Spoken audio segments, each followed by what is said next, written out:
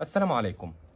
اللي عايز يقطع يا جماعة يطرد البلغم نهائي من صدره، وعايز يقطع السعال، وبالذات السعال الجاف أو الحد خالص، وبالذات في فترات البرد والشتاء، يركز معايا. هنعمل حاجة بتخلص في خلال، يعني بنعملها بتاخد يوم أو يومين، وبعد كده إن شاء الله مش هتشوفوا أي التهابات في الشعب الهوائية، مجرى الحلق، البلعوم، أي مشاكل في الصدر، ضيق التنفس، أي حاجة، رشح، برد، زكام، اي شيء مرتبط بالسعال الحاد او السعال الجاف هنشيله نهائي ان شاء الله، ونطرد البلغم واي مشاكل في نزلات البرد، بصوا، او التهاب الشعب الهوائيه.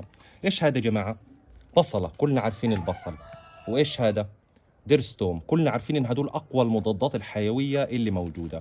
وعندنا كمان حاجه ثالثه مش موجوده، بنجيب بدلها الزنجبيل، هذا اسمه خولنجان. بصوا شكله يا جماعه، هذا الخولنجان من فصيلة الكركم والزنجبيل، وموجود عند العطارين، نقدر نجيبه. وهذا شكله، بصوا، هذا الخولنجان. طيب، ايش الوصفة اللي هنعملها اليوم مع بعض بإذن الله؟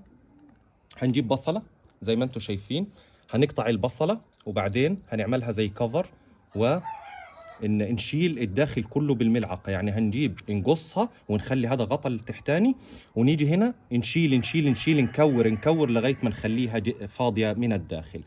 طريقة التحضير: البصل يا جماعة من أقوى المضادات الحيوية اللي معروفة، غير إنها طبعا مفيدة في نزلات البرد، مفيدة في كل ما تتخيلوا. حبيت التوم، درس التوم، فص التوم هذا هنقطعه ونخليه حتت صغيرة زي ما انتم شايفين، وبعدين هنيجي نركز هنا نشوف، هنضيفهم كلهم مع بعض. تمام. وبعدين زنجبيل فريش، اوكي، مفيش زنجبيل مطحون، لكن قبل ما نفكر نحطهم بناخد من الخولنجان المطحون شويه، بصوا زي كده، ما نكترش لانه حامي وقوي جدا. هذه الخلطه بتاعتنا، هنحط هذا على هذا، وبعدين بنيجي يا جماعه نجيب الزيت زيتون. عندنا دلوقتي خيارين، يا اما عسل يا اما بنحط عسل طبيعي، براحتكم. اني العسل بتحسس منه مع البصل والثوم، او عندنا الزيت زيتون، زيت زيتون يكون نقي ونظيف. الخيار رجع لكم، بتحبوا العسل ولا الزيت زيتون مع هذه الوصفة، تحطوا اللي انتوا عايزينه منهم. انا بفضل الزيت زيتون لانه اقوى، وفي نفس الوقت ممكن كمان ادهن منه مساج لظهري او اي الام في جسمي.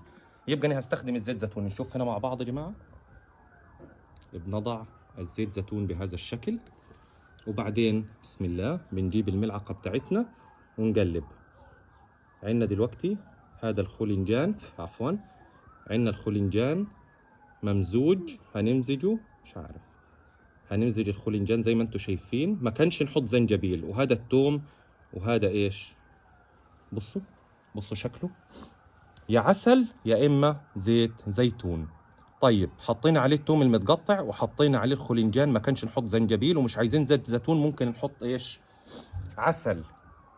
المنقوع هذا يا جماعة اللي انتم شايفينه، هذا المنقوع هنسيبه اقل حاجه 4-5 ساعات في الثلاجه. شايفين شكله كيف؟ وهنيجي نعمل ايش دلوقتي؟ هنغطيه، بصوا بيتغطى كده، نشوف هنا بيتغطى بهذا الشكل.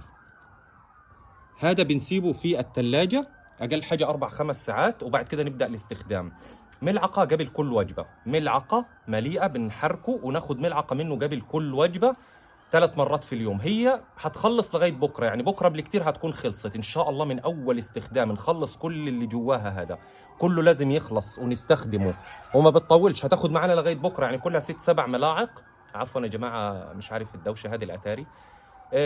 هذا هياخد معانا لغايه بكره بالكثير. هنستخدمه قبل الاكل بنص ساعه، ثلث ساعه، بناخد ملعقه منه، بتفتح الشهيه وبتضيع نزلات البرد، التهاب الشعب الهوائيه، اي مشاكل من هذا القبيل، كحه، بلغم، سعال، اي شيء.